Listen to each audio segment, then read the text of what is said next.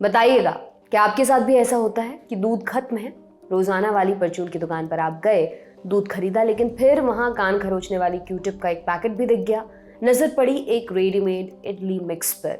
कुछ देर ऐसे ही चलता रहा, फिर आप घर पहुंचे तो देखा दूध लेने गए थे लेकिन 10 सामान और अपने साथ ले आए हैं। आपको लगा ये इसलिए हुआ क्योंकि आपका स्वभाव खर्चीला है, लेकिन याद कीजिए, कुछ साल पहले जब दूध लेने के लिए करारे नोट खर्च करने पड़ते थे, दूध के साथ इडली मिक्स भले ही आ जाए पर एक्स्ट्रा 10 और सामान आप लेकर नहीं आते थे। तो क्या बदल गया? क्या ये इसलिए हुआ क्योंकि यूपीआई ने पैसा खर्च करना आसान बना दिया है? तो आज के एपिसोड में हम जानेंगे 2016 में लॉन्च होने के बाद यूपीआई का लोगों के खर्च करने के पैटर्न पर क्या असर पड़ा है, यूपीआई आने से किन लोगों की सेविंग्स बढ़ी हैं, यूपीआई टेक्नोलॉजी काम कैसे करती है, इकोनॉमी पर इसका क्या प्रभाव पड़ रहा है। नमस्कार, मेरा नाम दिव्यांशी सुमराव है। आप देख रहे हैं हमारी खास सीरीज आसान भाषा में।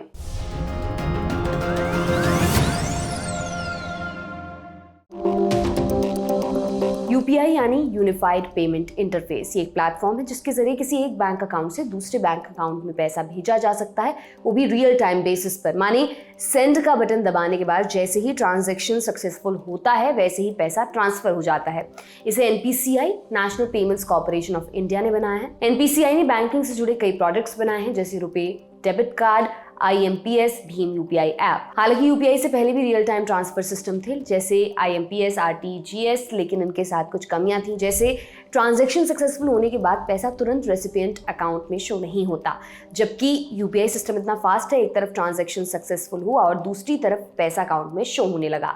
जिन लोगों के पास नेट बैंकिंग की फैसिलिटी नहीं थी उन्हें बैंक जाकर पैसा ट्रांसफर करवाना पड़ता था, जबकि यूपीआई की मदद से सब कुछ एक ही ऐप से हो जाता है। अगर नेट बैंकिंग की फैसिलिटी है तब भी जिसे पैसा भेज रहा है उसका अकाउंट नंबर, IFSC कोड जैसी जानकारियां भी चाहिए होती थी, जबकि यूपीआई में ऐसी किसी जानकारी की जरूरत नहीं होती है, सिर्फ यूपीआई आईडी या QR कोड से काम चल जाता है। IMPS करने के लिए इंटरनेट होना जरूरी है, जबकि यूपीआई के मामले में इंटरनेट और स्मार्टफोन की जरूरत भी नहीं है। इसके लिए अलग से एनपीसीआई ने यूपीआई 123 पे बनाया है।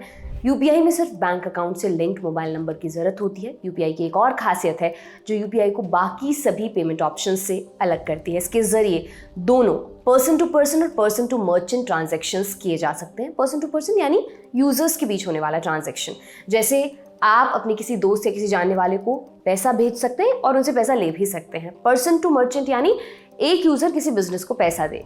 एक बात यहाँ नोट करिए, दुकानदार हो या कोई मॉल जहां आप QR कोड स्कैन करके पैसा पे करते हैं वो सभी मर्चेंट अकाउंट्स हैं। इसके अलावा यूपीआई के जरिए आप शॉपिंग कर सकते हैं, बिल पे कर सकते हैं और साथ ही ये सभी ट्रांजैक्शंस 24/7 किए जा सकते हैं। इन सभी वजहों के चलते यूपीआई ने पेमेंट सिस्टम में एक क्रांति ला दी है। इसे कुछ आंकड़ों की मदद से भी समझते हैं।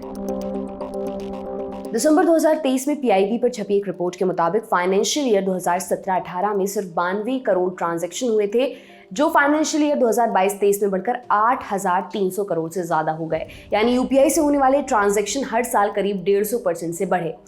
अगर इन ट्रांजैक्शंस को पैसे के टर्म्स में देखें तो साल 2017-18 में जहां सिर्फ 1 लाख करोड़ रुपए के ट्रांजैक्शन हुए थे, वहीं फाइनेंशियल ईयर 2022-23 में 139 लाख करोड़ रुपए के ट्रांजैक्शन हुए। माने 2022-23 में यूपीआई के जरिए 139 लाख करोड़ का आदान प्रदान किया गया। लेकिन लोगों के बीच एक धारणा बन रही है कि यूपीआई के आने से उनका खर्चा बढ़ गया है। सर्वे में शामिल 276 लोगों में से 74% से ज्यादा लोगों ने कहा कि यूपीआई के चलते उनके खर्चे बढ़े हैं। अब इसके पीछे कारण क्या है बताते हैं, साथ ही ये भी बताएंगे कि इंडिया टुडे से बात करते हुए लोगों ने यूपीआई के बारे में अपने क्या क्या अनुभव साझा किए।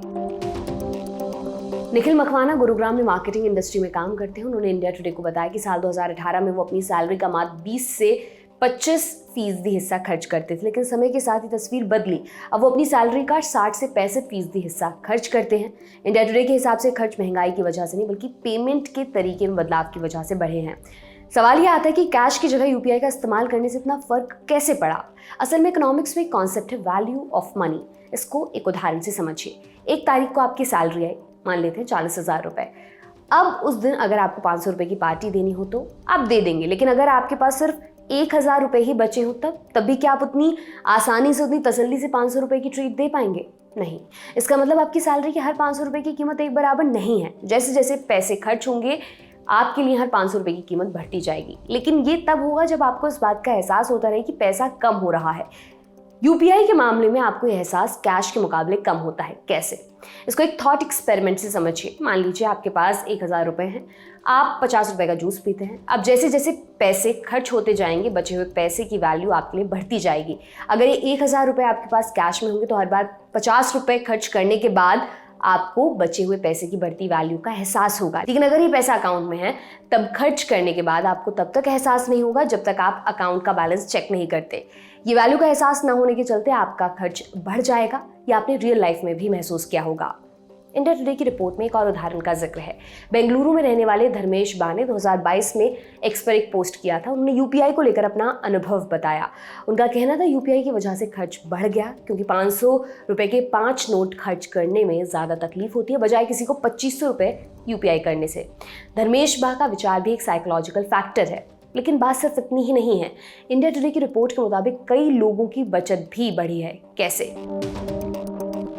इंडिया टुडे ने गौरव रैना से बात की। गौरव रैना आईआईटी मद्रास के प्रोफेसर हैं। इसके अलावा वो mobile payment forum of India के चेयरमैन भी हैं। इस इंस्टीट्यूशन ने भारत के मोबाइल फोन में पेमेंट सिस्टम की टेक्नोलॉजी स्टैंडर्ड्स को सेटअप करने में बड़ी भूमिका निभाई है। प्रोफेसर गौरव रैना ने एक बहुत रोचक बात सामने रखी। उनका कहना था ऑनलाइन पेमेंट से जो छोटे दुकानदार हैं, उनका छोटे से छोटा अमाउंट भी सीधे बैंक अकाउंट में जाता है। इससे उन्हें अपनी आमदनी का अंदाजा होता है और वो उसके हिसाब से अपने फैसले लेते हैं। इंडिया टुडे ने आजादपुर मंडी में युवराज यादव से बात की। युवराज नारियल पानी बेचते हैं। युवराज का कहना था उन्हें 90% पेमेंट यूपीआई के जरिए मिलते हैं।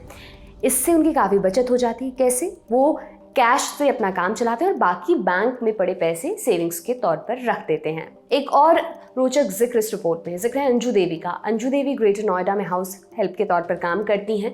इनका कहना है कि यूपीआई की वजह से उनका पैसा बर्बाद होने से बच जाता है, क्योंकि अब उन्हें उनकी कमाई सीधे बैंक अकाउंट में मिल जाती है, जिसका एक्सेस सिर्फ उनके पास है। अब उनका पति उनसे पैसे नहीं छीन पाता और वो उस पैसे से अपनी दोनों बच्चियों का ख्याल रख पाती हैं।